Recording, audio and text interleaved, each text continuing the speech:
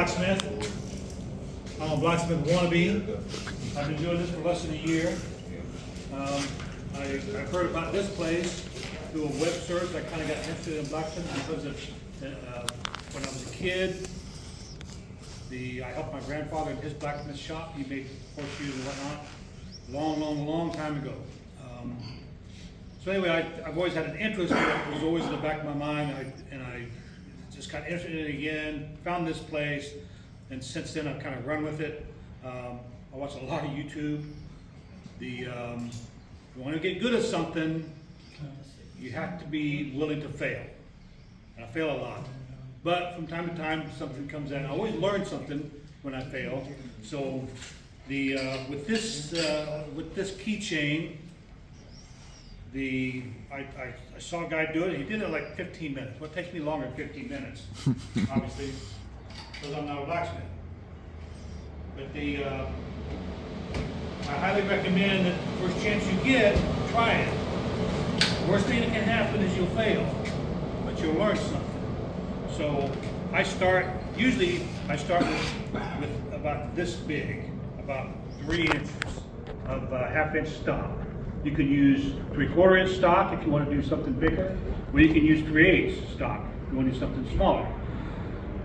But I thought on this one, I'm going to use a longer stick, longer piece, and then once we do the head, I'm going to bend it over and we'll make a hook.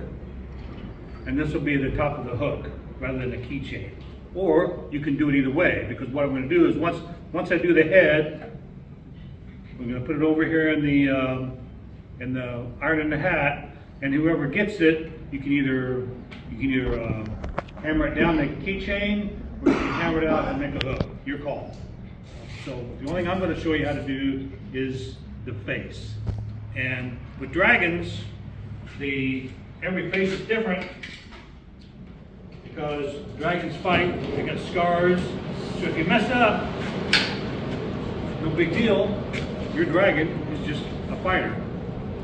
Now people think that the dragons are mythical, but I'm a firm believer that they were not. If you read Job, I think it's chapter 41, starting about verse 12, God describes an animal that he created, and it is a dragon. If you're interested in it, go read it. These here, you can come, I'll pass these around. These are the marking chisels that I use. I also use you can use a flat chisel or a rounded chisel, doesn't matter. I got a curved chisel that I use from time to time. And you can also do some of this stuff, some of the carving part, you can do that cold. I also made this little shelf to put in the vise so I can set the head up on top of it and hammer into it. I'll show you how that works. I do watch a lot of YouTube, and that's how I figure out a lot of this stuff. And it's, like I say, it's all trial and error for me. If it works, it works. If it doesn't, I try again. I'm retired, so this is just what I do. That and the honeydew list. We mentioned fiery furnace. All my hammers are fiery furnace. I use this double cross peen, and then this one. Then I've got another one that's rounded on both ends. But these two are usually the ones I use 90% of the time when I'm on forge.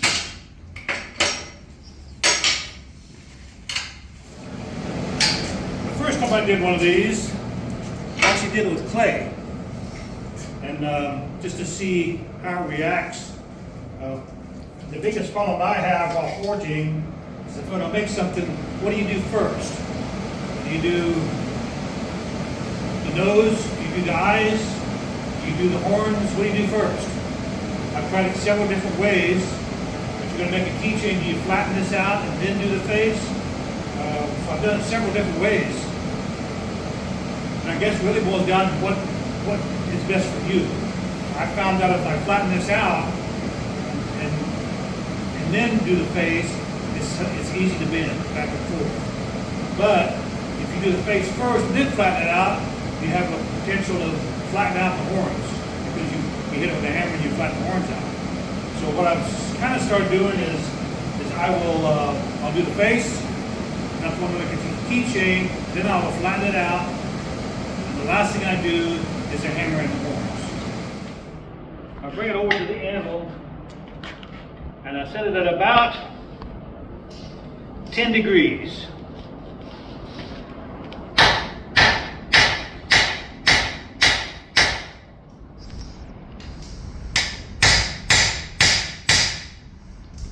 Something a little sharper than that.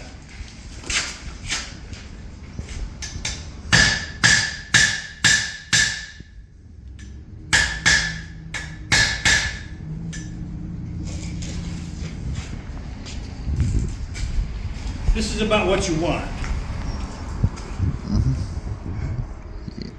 You don't want to hammer it down so much that you lose any of the front.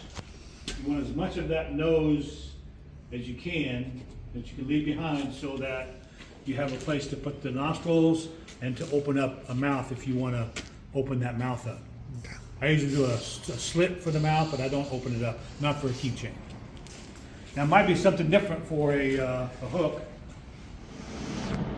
Now, normally I do this part with the first heat, where you're going to put your nostrils. You want to put about a 45-degree bevel right there on the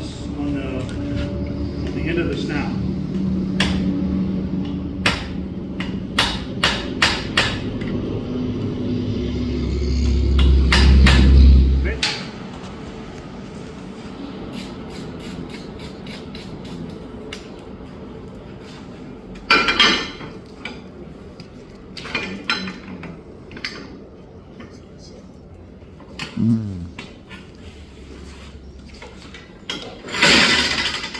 Grab the center punch, keep back your hammer, and then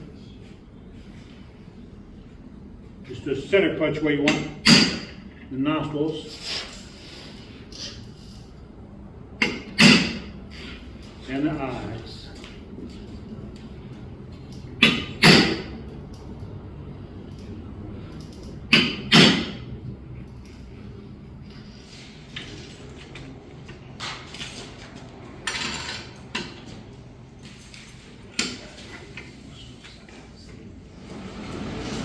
Some of the things I don't know,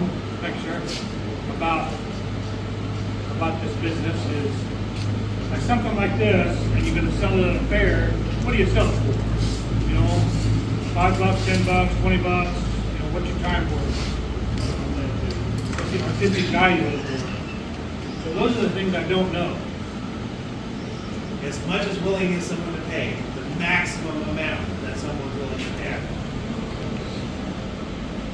A lot of it is, what will the market bear? And I guess that's the trial and error thing. But if I was going to sell this and want to make money at it, counting my time, I would probably start at about $20. But then, if the market doesn't bear that, you know, how much are you willing to do it for? What's your time worth? And I take my smallest puller, my round puller,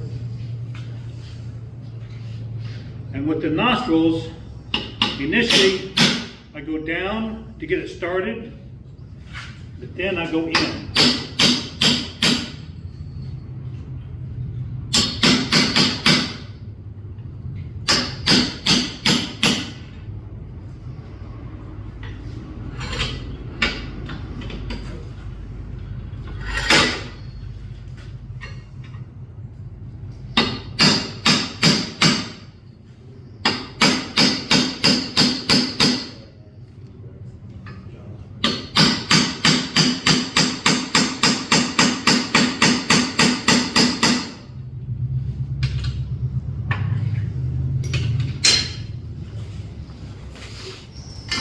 I got one of them off just a bit.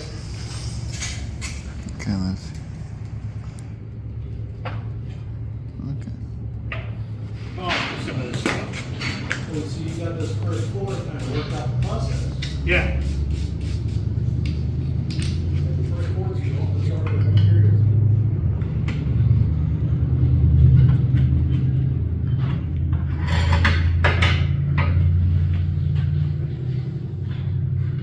going to go on the eyes.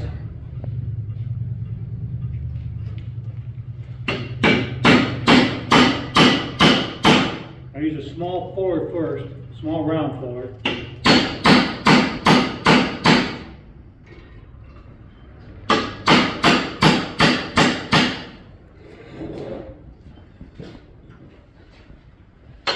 And then from there, I go to a little bit bigger fuller for the eyes.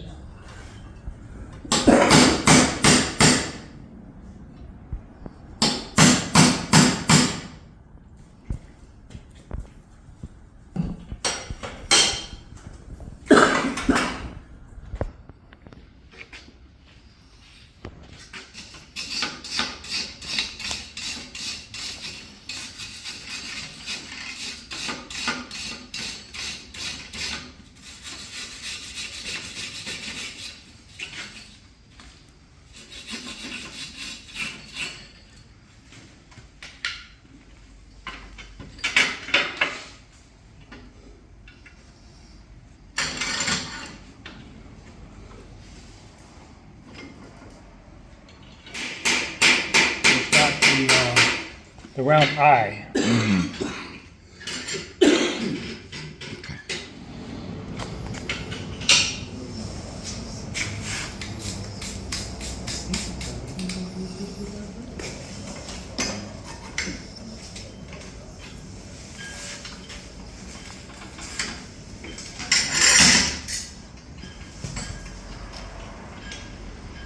Using a little bit bigger fuller here for the eye.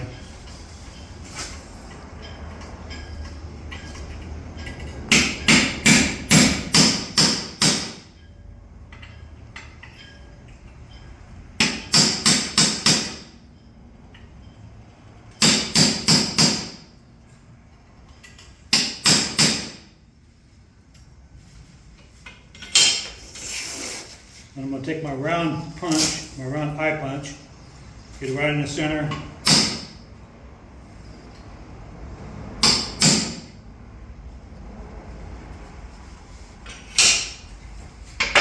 So that's like four different punches for the eye. Yeah, I just try to make the eye bigger with each one. That way I get some depth. If I used this one first, I wouldn't be able to get depth. I would get, it'd be a wide eye, but the socket wouldn't be deep. So I use the smaller round fuller to get it started. And then I use the second one, then the third one. And I've got a couple of bigger ones. If I'm using like 3/4 inch, I got a couple of bigger round ones for those eyes. You kind of have to creep up on it a little bit at a time.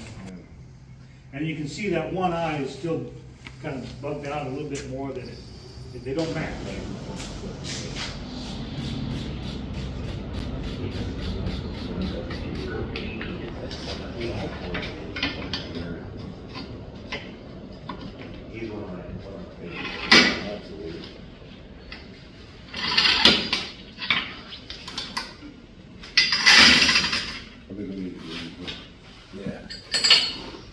I'm going to usually start out with a flat chisel. This is to start the mouth.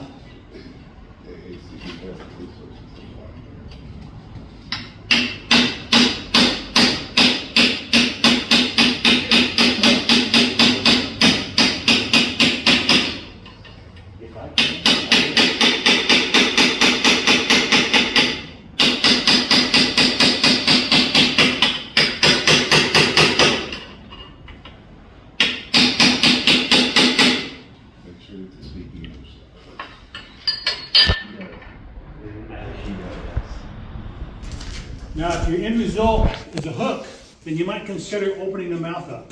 You can do it with a chisel, or you can put it in a vise and do it and hacksaw it down. If you're going to do this as a keychain, I don't recommend opening the mouth. We're at a point now where if you can either accentuate a part that you want to accentuate, or you can start kind of giving it some features. And here again, you can do that hot or cold, but what I do like to do hot is I'll take my round chisel and I'll put it right on the end of the snout and kind of follow the curve of My hammer sharp. Follow the curve of the nostril.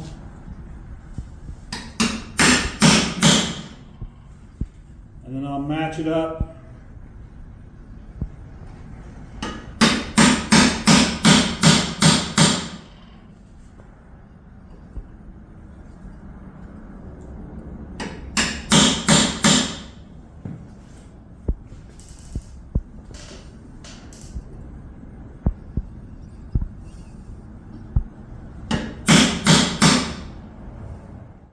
Now the features, you can do any way you want.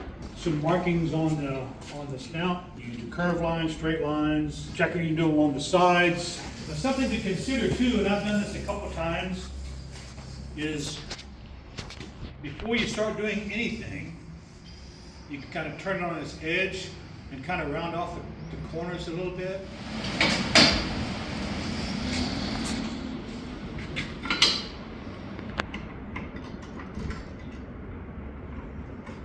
Now, normally, this is where I make my mistake. And that's doing the little horns. I'm going to start down first.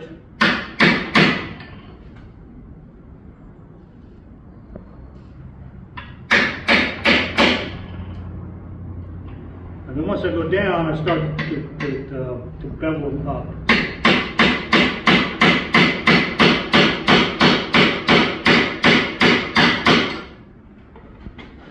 That's with the curved chisel? Yeah.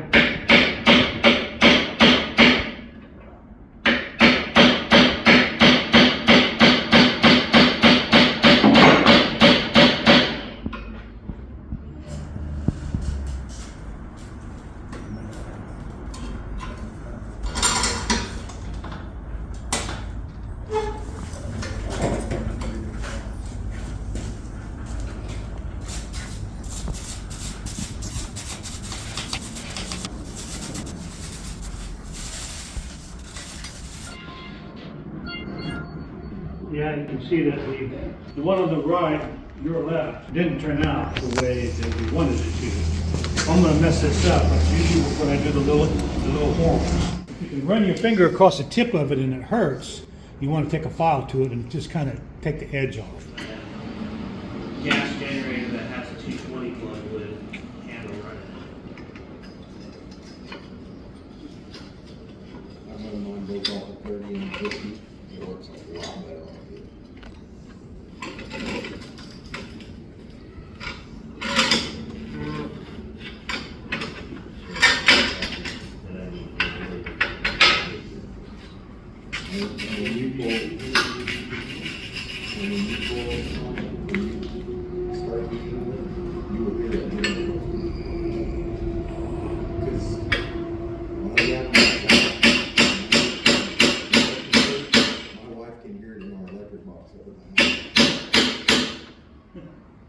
It pulls it hard.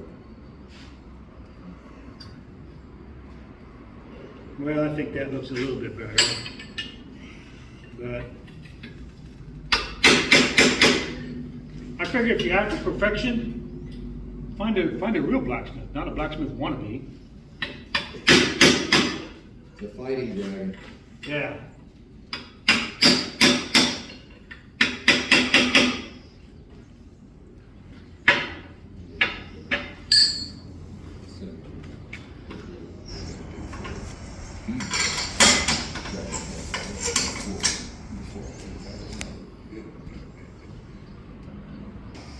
Okay, so from here,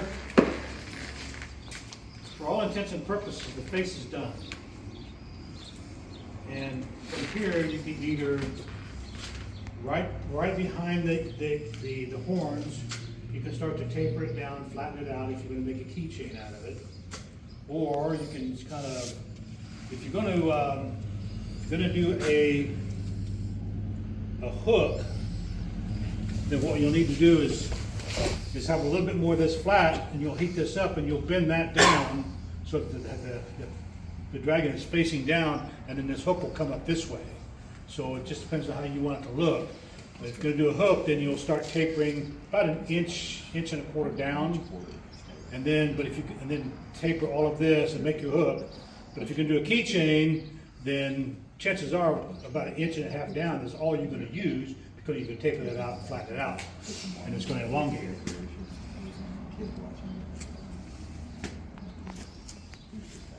Okay, let me get that good.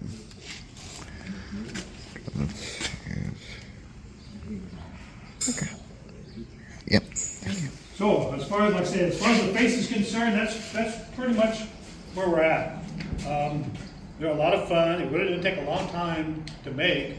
What have been 30 minutes, 45 minutes? 40 minutes. Okay, and and most of that 40 minutes has been, talking. So maybe 20 minutes, you can make one of these 30 minutes. Like I said, they're a lot of fun, make great gifts. And then what I'll do is I will take this and put it in my little oven at about 475 for about an hour. And then I'll bring it out for about 10 minutes, 15 minutes, and then I will douse it down with beeswax so that it doesn't get all crusty on there.